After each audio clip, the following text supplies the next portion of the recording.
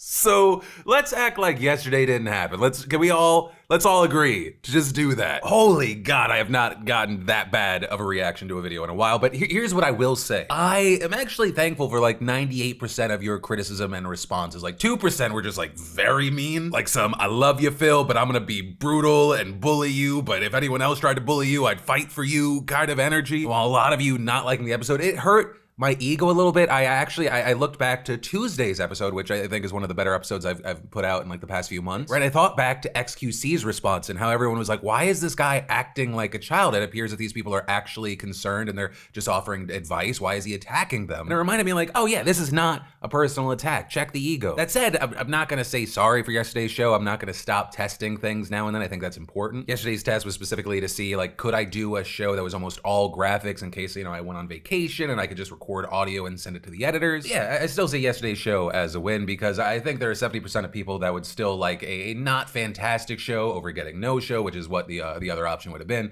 And two, now I know. You take the L, which can stand for loss, but also ideally stand for learning, and you move on. But yeah, that said, let me clip this on. To free up my hands to say, sup, you beautiful bastards. Welcome back to the Philip DeFranco Show. A quick, friendly reminder, you only have now 4 days left if you want to snag some of the awesome from this exclusive August drop over at beautifulbastard.com. Yeah, hit that like button, otherwise I will punch you in the throat, and let's just jump into it. And the first thing that we're gonna talk about today is this absolutely insane story about Thomas Castleberry, except this is not Thomas Castleberry, but he was thought to be Thomas Castleberry. And instead, as it turns out, this is a guy by the name of Joshua Sprysterbach, a man who was wrongfully arrested by Hawaiian officials, thought to be someone else, locked up for that other person's crimes, or locked in a state hospital for more than 2 years, forced to take psychiatric drugs because every time he was like, I am not Thomas Castleberry, they saw that as him just being delusional and psychotic. And according to the Hawaii Innocence Project, when this mistake was discovered, they tried to cover it up by quietly setting him free with just 50 cents to his name. With the Innocence Project filing a petition this week saying that the police, the state public defender's office, the state's attorney general, and the hospital all share in the blame of this gross miscarriage of justice. Or because across the board, there's a question of how did no one do the work needed? The filing saying that in 2017, Josh was houseless and hungry. He was waiting in a long line for food outside of a Honolulu shelter on a hot day. He ends up falling asleep. A police officer rouses him awake. He thinks that he's going to be arrested for the city's ban on sitting or laying down on the public sidewalks. Instead, even though he doesn't look like this guy, he doesn't have the same fingerprints, they don't seem to be connected in any way. He's misidentified as this other man. Right, Josh says, I'm not this man. No one believes him, even his own public defenders. Right, it's not until a hospital psychiatrist goes, okay, let me just make a few phone calls and do a few Google searches, and boom, mistake found. And then, as if they didn't just steal 2 years of this man's life, they're like, let's consider this a whoopsie. Get out of here. Just looking through all of this, like, you can tell this guy is traumatized. Reportedly at this time, he like refuses to leave his sister's property. He's horrified that they're gonna make him go back. And like, plainly put, my opinion is the people that just did not in any way do the right thing, they need to be punished. This guy,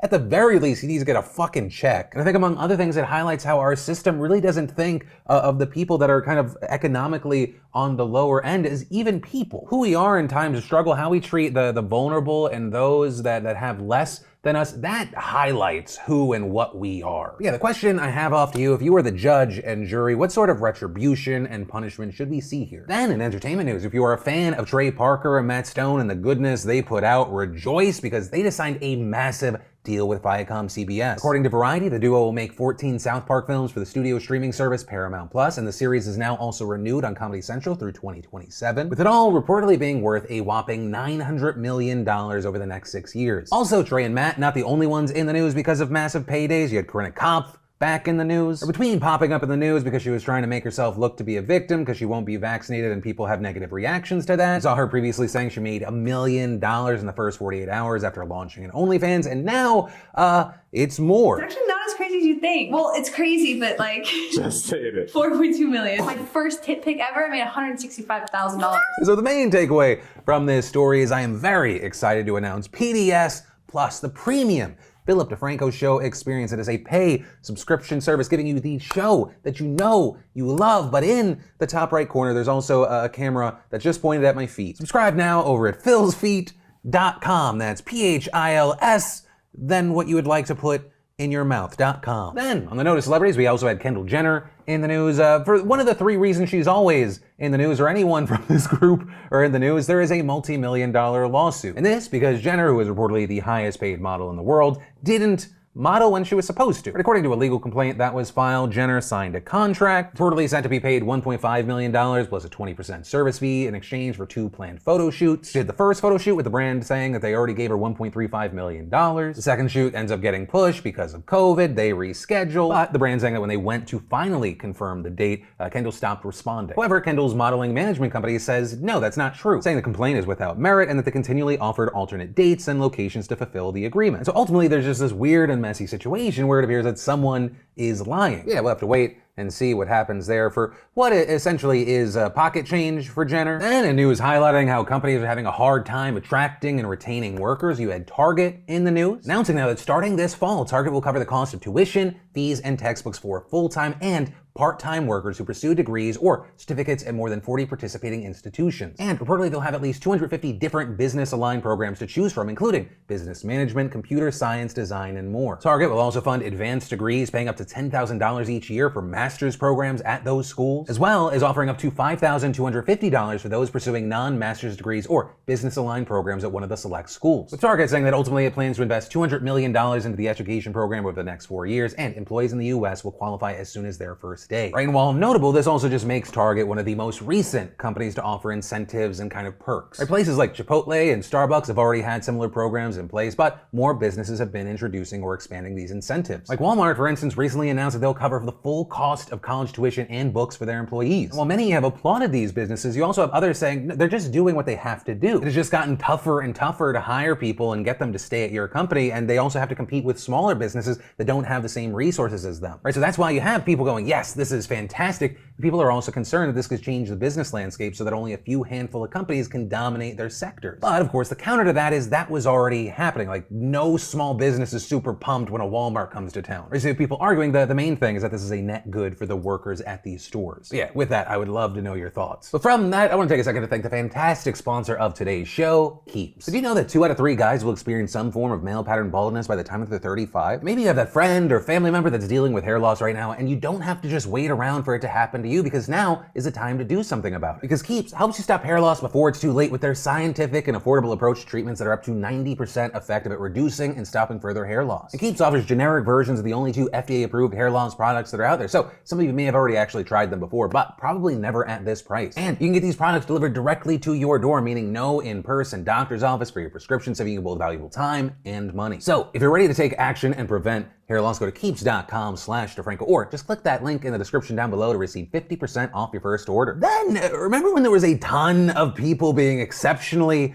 racist and also just saying that? I know there are a lot of you that are like, oh yes, the one-time Phil. Specifically, what I'm talking about is, a few weeks ago, we talked about English soccer players facing serious, crazy racism after their team lost in the Euro 2020. Or 3 black players just being on the receiving end of a shocking number of racist fans after they missed their penalty shots against Italy. With the situation getting so bad, Prime Minister Boris Johnson and his government announced plans to actually ban individuals from football matches if they racially abuse players on social media. So that if you are guilty, Mr. Speaker, of racist abuse online of footballers, then you will not be going to the match. No ifs, no buts, no exemptions, and no excuses. Also leading to calls by the likes of Idris Elba for online users to lose their anonymity in order to be held far more accountable. And well, regarding accountability, today you had the United Kingdom's Football Policing Unit announcing the arrest of 11 individuals who engaged in racist commentary against the players, with the unit saying that it requested data from social media companies to identify users, passing it on to local police. Cheshire Chief Constable Mark Roberts, who leads soccer policing for the National Police Chiefs Council, saying there are people out there who believe they can hide behind a social media profile and get away with posting such abhorrent comments. They need to think again. And as of right now, 34 people within the UK were identified as posting comments, with authorities waiting to identify 50 more. So it is possible we may see more arrests happen. But of course, with this news, it sparked questions and debate online about anonymity and also holding people accountable for their speech. Right, well, in the United States, the First Amendment largely protects you from government reprisal if you're a racist douchebag. That is not the case in the UK. And so with this story, I do want to pass the question off to you. What are your thoughts there regarding freedom of speech and of the differences we're seeing in the US and the UK. And two, I mean, it's a slightly different version of when we talked about Elba in the past, but I mean, do you think that social media companies should make it so you cannot be anonymous? Why? Why not? Is there a solution in between? I'd love to know your thoughts here. Then in a mix of domestic and international news, we had the Department of Homeland Security today announcing that today President Biden issued a memorandum to defer for 18 months the removal for Hong Kong residents presently in the United States, essentially offering a safe haven for those that fear going home because, I mean, it's a scary time right now. Over the past few years, we've seen Beijing cracking down harder and harder and harder on democracy in what is supposed to be a semi-autonomous territory. And while this is a big and meaningful move, right, the people affected here actually will also be allowed to seek employment authorization through U.S. citizenship and immigration services. You also have people like Senator Ben Sasse saying today's move is a solid step, but we need to go further. We need to offer full asylum to Hong Kongers who flee Chairman Xi's brutal oppression. Also, while we're already talking about China, we should definitely talk about what's happening with China in the tech sector. Because today, for example, maybe you've already seen the news or passed some headlines noting the TikTok owner ByteDance has had to lay off now hundreds of employees today in response to new Chinese regulations that prohibit private, for-profit tutoring and core curriculum subjects, with those specific employees working in ByteDance's online education businesses, which was effectively killed by the new rules. But the reason this story is actually very important and should stand out isn't just because,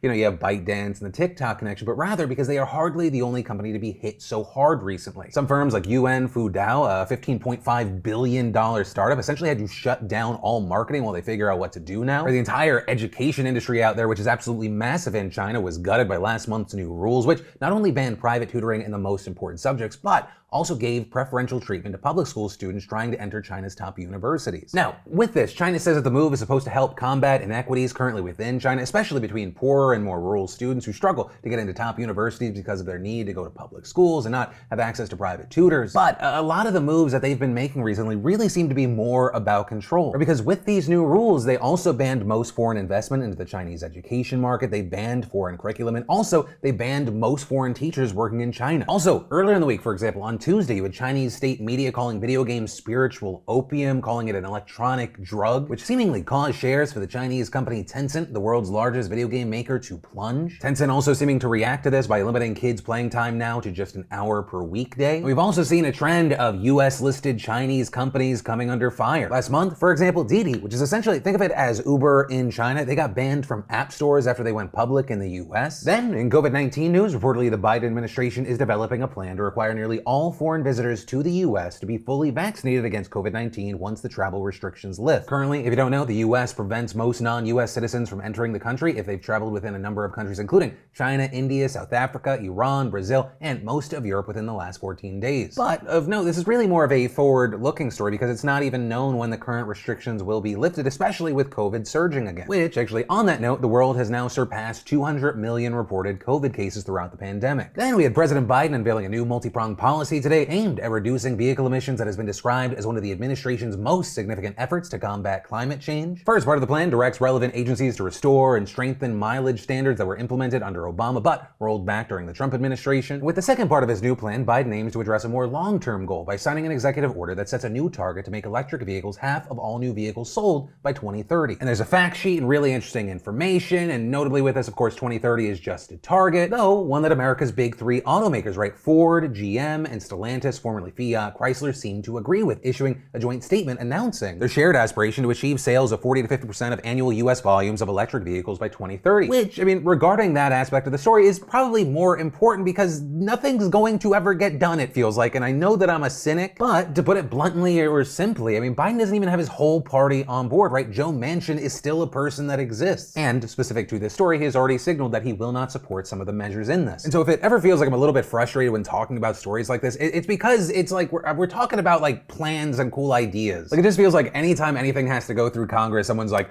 guys, we're going to Wet and Wild, we're going to the water park. But you know that at the end of the day, you're either gonna just still be home or you're gonna end up in the backyard with like an inflatable pool. And so it ends up just kind of being like, well, I hope that private industry and the market decide that yes, we should actually care about the planet. That is economically in our best interest. Then in a story connected in no way, we have the town of Greenville, California permanently altered after this Dixie Fire rolled through the city's historic center. And I mean, we're talking about immense damage. It's estimated that 75% of the structures in Greenville were lost to the fire, with one local telling the New York Times that, quote, it took maybe 30 minutes before all of Greenville was literally flanked by fire. For the state of California, the loss of Greenville is more than just the loss of a town, but a significant chunk of California history. It was a gold rush town that still housed many of the original structures from the 19th century. And this Dixie Fire is also standout. So far this year, the Dixie Fire is the largest to date, burning more than 320,000 acres and is so far only 35% contained. Well, the silver lining, if you can even call it that right now, is that there have been no fatalities. The fire has been, in general, located in a sparsely populated area of the state. One, the people it impacted is still important, and two, it now threatens some of the local towns, leaving officials worried that many more are in danger right now as the fire makes its way towards other population centers in the region. But ultimately, with this story, or honestly anything else that stood out to you today, I'd love to know your thoughts in those comments down below, because yes, this is a news show, but it's also a conversation. And to keep that convo going, make sure you like the video, subscribe to the channel, blah, blah, blah, all the good stuff. Also, remember, you only have a few days left. You want to snag something over at beautifulbastard.com. But as always, my name's Philip DeFranco. You've just been filled in. I love yo faces, and I'll see you next time.